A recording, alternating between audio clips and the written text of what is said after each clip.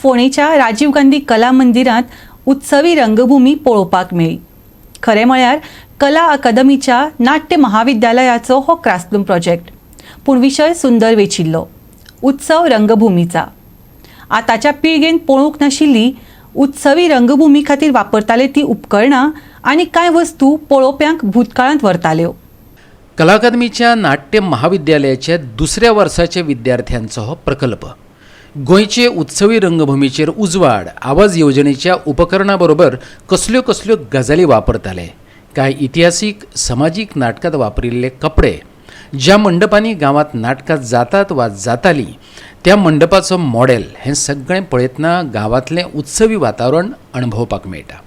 ह्या समयार कानार पडपी संगीत नाटकाची नांदी ट्रान्सांत व्हरून सोडटा हेंवूय तितलेंच खरें।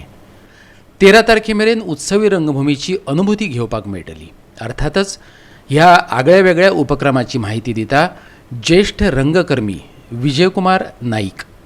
कला अकादमीच्या नाट्य महाविद्यालयातील दुसऱ्या वर्षाच्या विद्यार्थ्यांनी हे उत्सव रंगभूमीचा नावाचं प्रदर्शन आपल्यासमोर आणलेलं आहे। अर्थातच त्यांच्या अभ्यासक्रमामध्ये गोव्याची उत्सवी रंगभूमी हा विषय असल्यामुळे त्याचा अभ्यास करता करता उत्स्फूर्ततेनं त्यांनी हे सगळं प्रदर्शन उभं केलेलं आहे। गोव्यामध्ये पारंपरिक पद्धतीने आणि आजच्या पद्धतीने ज्या तऱ्हेचे मंडप आहेत त्यांचे मॉडेल्स तयार करण्यापासून जेवढी माहिती उत्सवी रंगभूमीच्या संदर्भात जमवता येईल तेवढी जमवून ती सगळी डिस्प्ले करण्याचा प्रयत्न केला। त्याचबरोबर जुन्या वस्तू ज्या नाटकात वापरल्या जायच्या, म्हणजे पेट्रोल मॅक्स पासून ते स्पॉटलाईट पर्यंत लाईटचे जे प्रकार होते ते इथं प्रदर्शित करण्यात आलेले आहेत।